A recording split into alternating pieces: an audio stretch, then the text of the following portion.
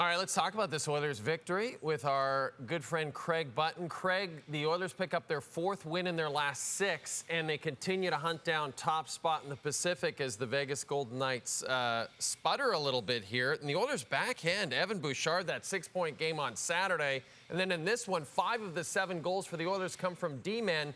Craig, what has gotten into this Oilers blue line of late? Well, what I would say, it's the Bouch effect. I mean, you got Evan Bouchard, who just dominates the game on Saturday versus the Washington Capitals, does something that's very rare. So now everybody says, I want to be like Bouch. I want to be like Bouch. Jay, you were a defenseman. You probably want to be like Bouch. You want to get a hat trick. You want to get up in the rush. You want to score goals. Hey, it's a good thing when you have that type of production from your back end. Matthias Ekholm, hat trick. Maybe they should make him a winger. They're looking for a winger. They might have him on the back end. I think it's something that the way the game is played in today's NHL, you got to be able to be part of the attack. Sometimes you got to lead the attack. And I think for the Edmonton Oilers blue line, they're encouraged to do that. Hey, listen, there's very few players like Evan Bouchard that can do it on a game-in, game-out basis and at such a high level.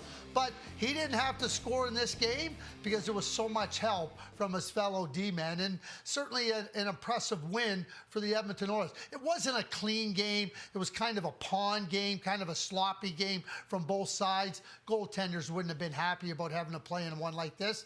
But the defensemen, they're really happy. And Matthias Ekholm might be the happiest. Think about this conversation. Matthias goes into the locker room and he says to Evan, hey, you had 3, I had 3. Whatever you can do, I can do just as well. I mean, Matthias Ekholm had a heck of a night on Monday night, and I know he's very popular in that dressing room. Connor McDavid continues to add to his league-leading point total. He had that 5-point game on Saturday. He's up to 92 on the season. That's 4 more than Nathan MacKinnon, who was the early favorite for the Hart Trophy. Craig, would Connor McDavid get your vote right now for the Hart Trophy? No, but it doesn't mean that he wouldn't get my vote. Let me frame it this way for you, Jay. In the first 25 games or so of the NHL season, the clear runaway guy for the Hart Trophy was Nathan MacKinnon. Right from their very first game, the opening puck drop, Nathan MacKinnon showed that he should have been the Hart Trophy winner, and there was nobody close to him. Well, if we take the past 25, 26 games, it is Connor McDavid, and really what he has shown is that nobody's close to him. So what we got here is this wonderful race down to the end. 2 great players, the NHL's 2 best players by far, competing for the Hart Trophy.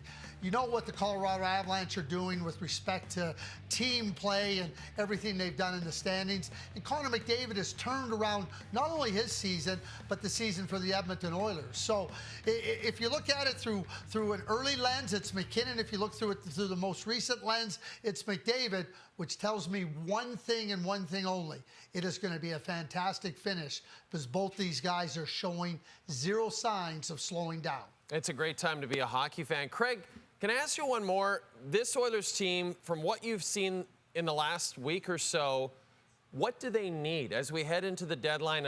I know we're going to get past the Olympics and we're going to get into the trade deadline. What does this team need, in your opinion? It was another slow start to the season, but they really seem to be picking up steam, and the defense looks good right now. So where would you add if you were the GM of this team right now? Third-line center. That's exactly where I'm going. I am scouring for third-line centers, and you know there's some on the trade bait board. There's others that aren't on the trade bait board.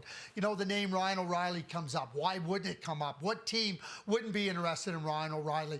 I look at Boone Jenner with the Columbus Blue Jackets. I don't know what the Columbus Blue Jackets' intentions are, but he's a pending unrestricted free agent. I'd be making those calls. I'd be looking other places as well to try to add that player. I'm not looking for a winger, and I don't want Ryan Nugent-Hopkins playing third-line center.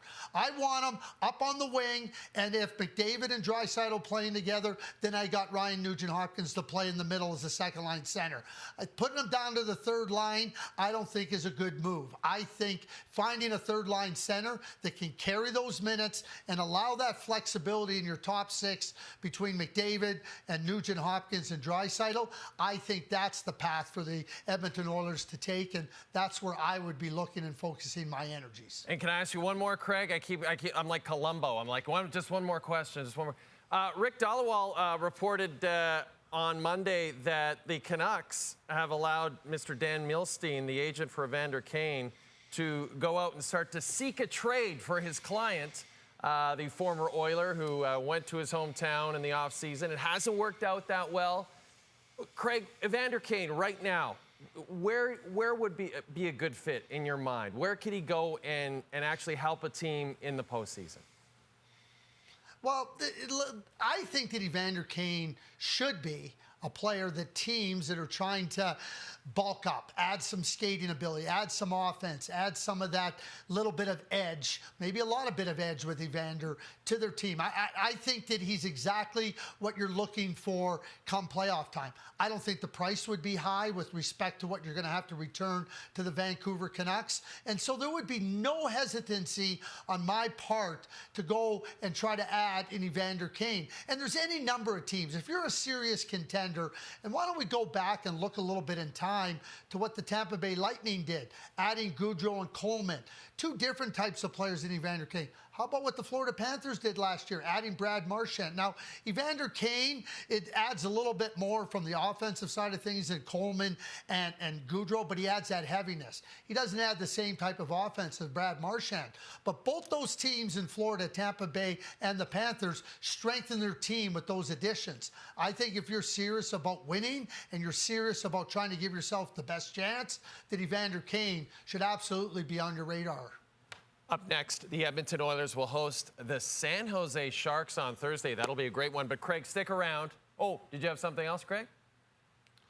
I have one question for you. Oh, no, I don't. I thought I did, but I don't. Okay, fair enough. We'll save that for another show. Well, no, you have to stick around, Craig, because TSN unveiled their Face of the Franchise list. I know you were a part of it. We want to get your thoughts on the votes and who the faces of the individual franchises were. So that's later in the show. Craig will talk about the Face of the Franchise segment right here on SportsCenter.